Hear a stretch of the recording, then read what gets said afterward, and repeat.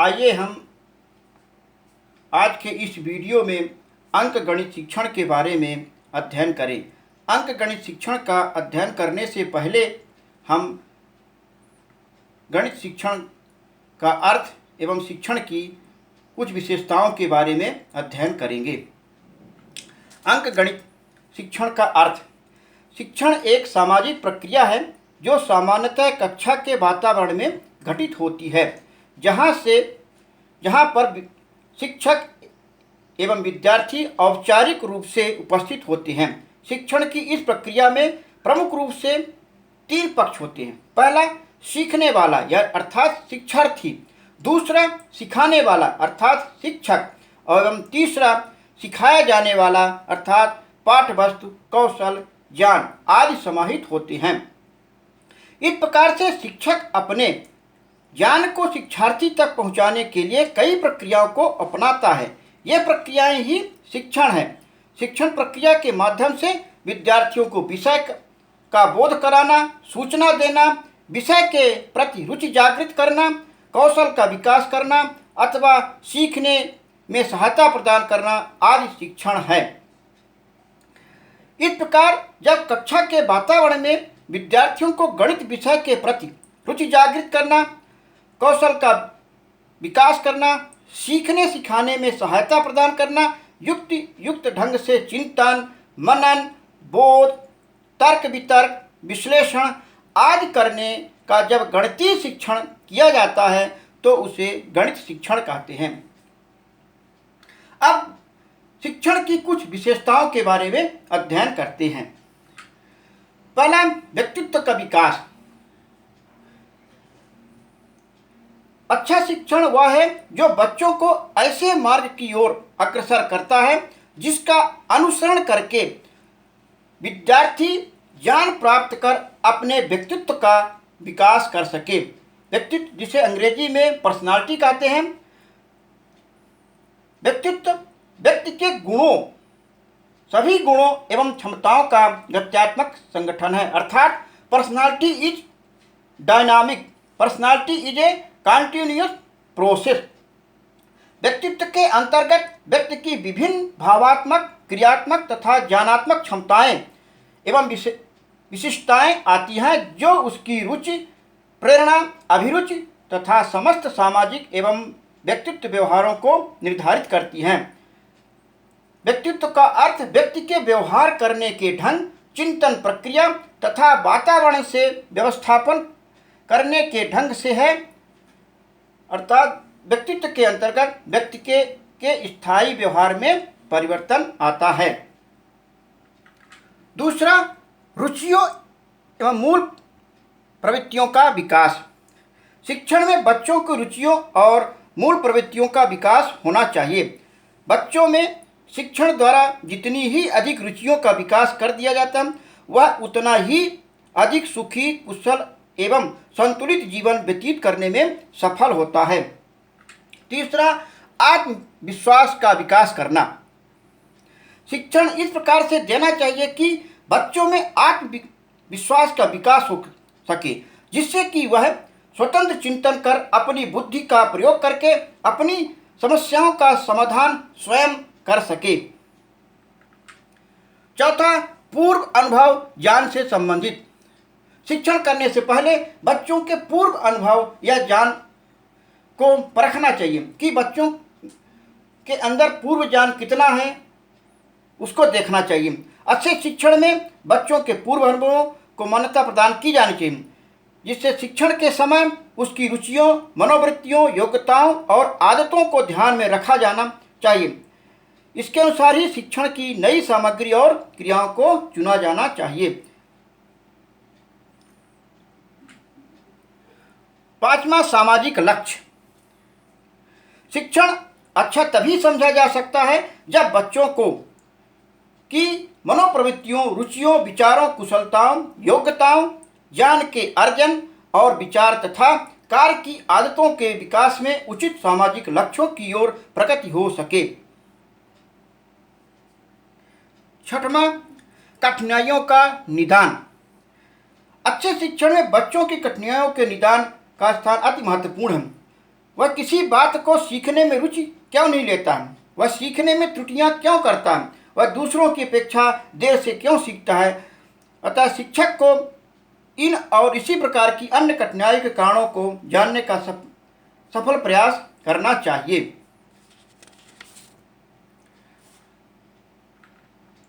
अब हम अंकगणित शिक्षण का अर्थ समझेंगे। अंकगणित ग्रीक शब्द से निकला है जिसका अर्थ है अंकों का विज्ञान तथा गणना की कला, अर्थात अंकगणित अंकों व गणना की कला का विज्ञान है। अंकगणित में अंकों का ज्ञान तथा गणना की कला दोनों ही पक्ष महत्वपूर्ण हैं। अंकों के वैज्ञानिक ज्ञान के बिना गणना करने में दक्षता प्राप्त करना कठिन है तथा गणना करते समय अंकों का ज्ञान अत्यंत आवश्यक है। तो आइए हम अंकगणितीय शिक्षण को एक उदाहरण के माध्यम से समझें। अंकगणित शिक्षण को एक गुणन प्रक्रिया से समझते हैं। गुणन एक द्विघात संक्रिया है। इसमें एक बार में केवल दो संख्याओं का ही गुणनफल ज्ञात किया जा सकता है। गुणा को प्रतीक चिन्ह क्रॉस यानी के रूप में व्यक्त करते हैं। गुणा के शिक्षण में सरल से कठिन एवं स्थूल से सूक्ष्म की ओर बढ़ना चाहिए। सर्वप्रथम शिक्षक एक पेंसिल को 2, 3, 4 बार देकर बच्चों को जोड़ करवाएं तथा इसी प्रकार दो दो पेंसिलों के बंडलों को 2, 3, 4 बार देकर उनसे जुड़वाएं। इसमें एक ही संख्या को बार बार जोड़ने से योगफल ज्ञात हो जाएगा। इसके पश्चात छात्रों को बताएं कि जो संख्या जितनी बार जोड़ी जाती है उस संख्या में गुणा करके योगफल के बराबर गुणनफल प्राप्त किया जा सकता है। जैसे 2 × 1 बराबर 2, 2 × 2 बराबर 4, 2 × 3 बराबर 6, 2 × 4 बराबर 8, 2 × 5 बराबर 10। इसी प्रकार से 3 × 1 बराबर 3, 3 × 2 बराबर 6, 3 × 3 बराबर 9, 3 × 4 बराबर 12, 3 × 5 बराबर 15। इसी प्रकार 4 × 1 बराबर 4, 4 × 2 बराबर 8, 4 × 3 बराबर 12, 4 × 4 बराबर 16 एवं 4 × 5 बराबर 20। अब इसे हम स्थूल पदार्थों के माध्यम से शिक्षण करना सीखेंगे। स्थूल पदार्थ जैसे हमने यहाँ पे लिया है, यहाँ आपके यहाँ पे दिखाई दे रहा है कि यहाँ पे गेंदे हैं। ये गेंद है। पहले वाले में 6, दूसरे में भी 6 और तीसरे में भी 6 हैं। यहाँ अब शिक्षक प्रश्न पूछेंगे बच्चों से, यहाँ 6 गेंदें कितनी बार दिखाई दे रही हैं? तो बच्चे प्रश्न का जवाब देंगे कि 3 बार दिखाई दे रही हैं। इस प्रकार फिर पुनः स्थूल पदार्थ लेते हैं, पुनः पूछेंगे कि ये जो गेंदें दिखाई दे रही हैं, अब बताइए कुल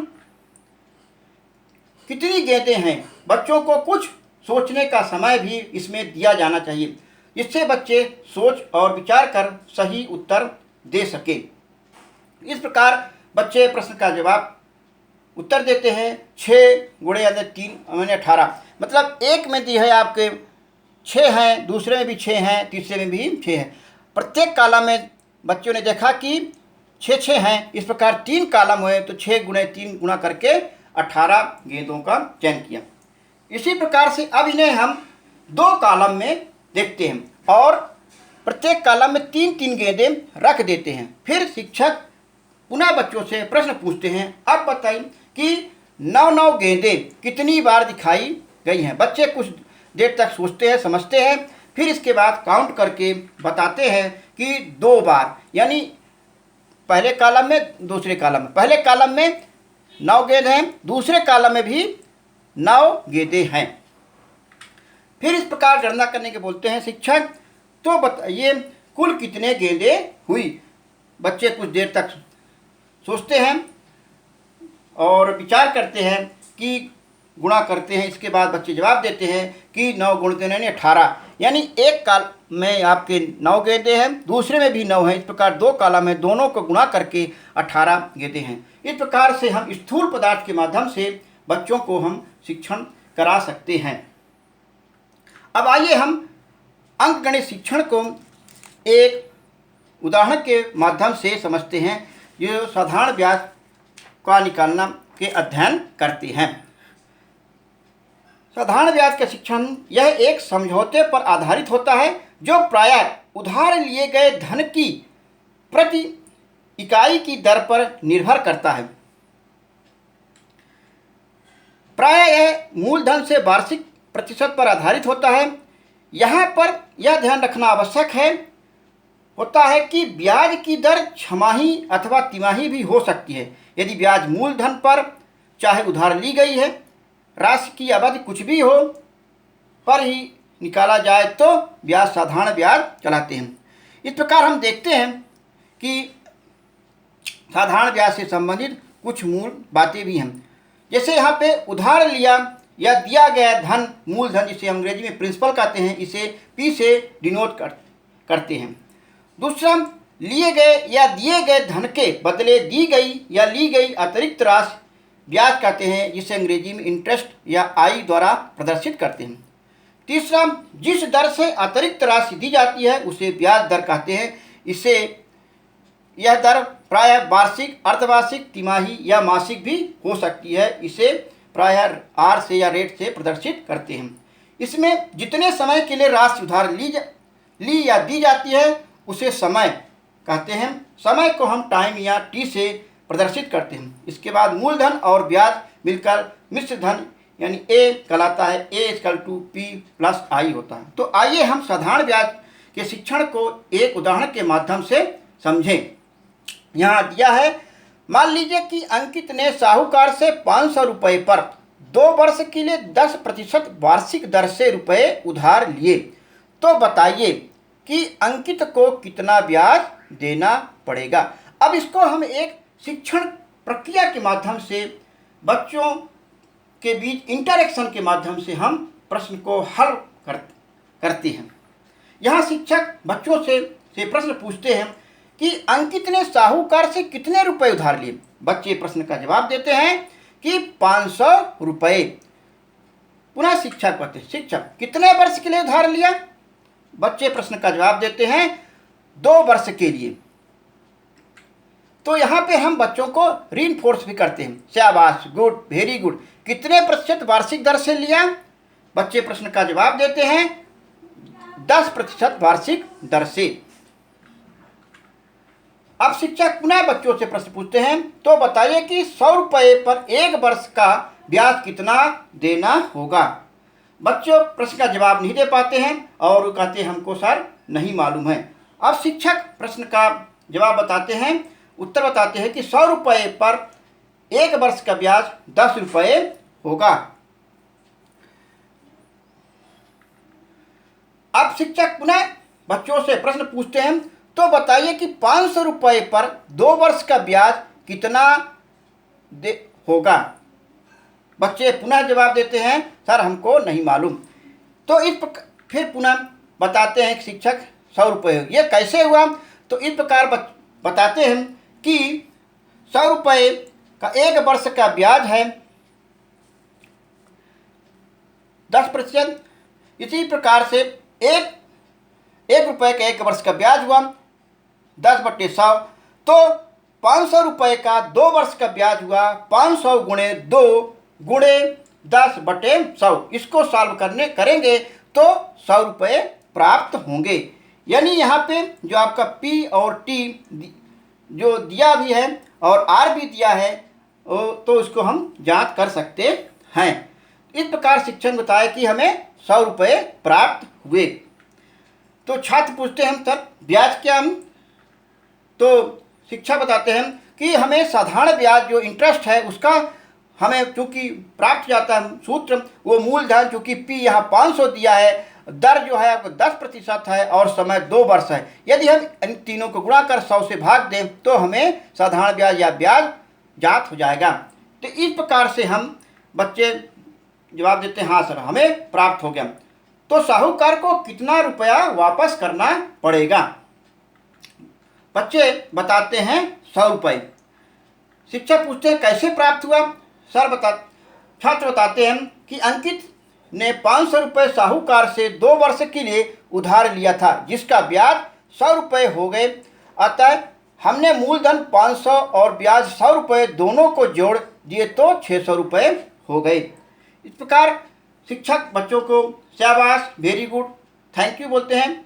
जो 600 रुपये साहूकार को अंकित ने वापस किए उसे क्या कहते हैं? नहीं मालूम। छात्र बताते हैं कि हमको नहीं मालूम।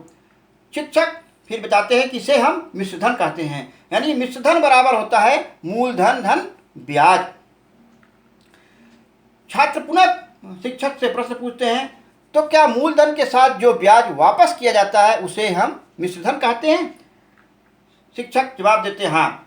तो हमने 2 निम्नलिखित सूत्र प्राप्त कर लिए। इस प्रकार से इस प्रश्न के माध्यम से हमें 2 सूत्र मिले। वो क्या है आपके यहाँ पे? पहला साधारण ब्याज जिसे सिंपल इंटरेस्ट कहते हैं, वो मूलधन गुणे दर गुणे समय बटे 100 होता है। दूसरा मिश्र धन बराबर मूलधन धन धन ब्याज होता है। इसके साथ ही यहाँ पे जो मूलधन इसे हम अंग्रेजी में पी से अर्थात प्रिंसिपल, दर को आपको जो रेट है आर से और समय को टी से डिनोट कर सकते हैं। यहाँ अगर कोई एक मान याद करना है, 3 मान दिए हैं तो याद कर सकते हैं। जैसे यहाँ पे इस प्रश्न में मूलधन दर और समय दिया था तो हमें ब्याज की गणना कर लिए। यदि हमें ब्याज मूलधन और दर दिया है तो समय की गणना कर सकते हैं। यदि दर नहीं दिया है, मूलधन दिया है, ब्याज दिया है और समय दिया है तो हम दर की भी गणना कर सकते हैं। यानी प्रिंसिपल मूलधन बराबर होता है 100 गुणे आई जिसे हम ब्याज कहते हैं बटे आर इंटू टी। और यदि आर याद करना है यानी रेट दर याद करना है तो 100 गुणे आई अपान पी इंटू टी कर सकते हैं। और यदि टी याद करना है तो टी यानी समय बराबर 100 गुणे आई अपान पी गुणे आर याद करते हैं। इस प्रकार से इस फार्मूले के माध्यम से हम ब्याज की भी गणना कर सकते हैं, मूलधन की भी गणना कर सकते हैं, दर की भी गणना कर सकते हैं और समय की भी गणना कर सकते हैं। तो इस प्रकार से हम अंकगणित शिक्षण को एक इंटरेक्शन के माध्यम से बच्चों के बीच आपस में वार्तालाप के माध्यम से इसको हम सवाल को हल किए। इस प्रकार यदि हमारा ये वीडियो आपको अच्छा लगा तो इसे लाइक करें और सब्सक्राइब करें एवं इसे शेयर भी करें। धन्यवाद।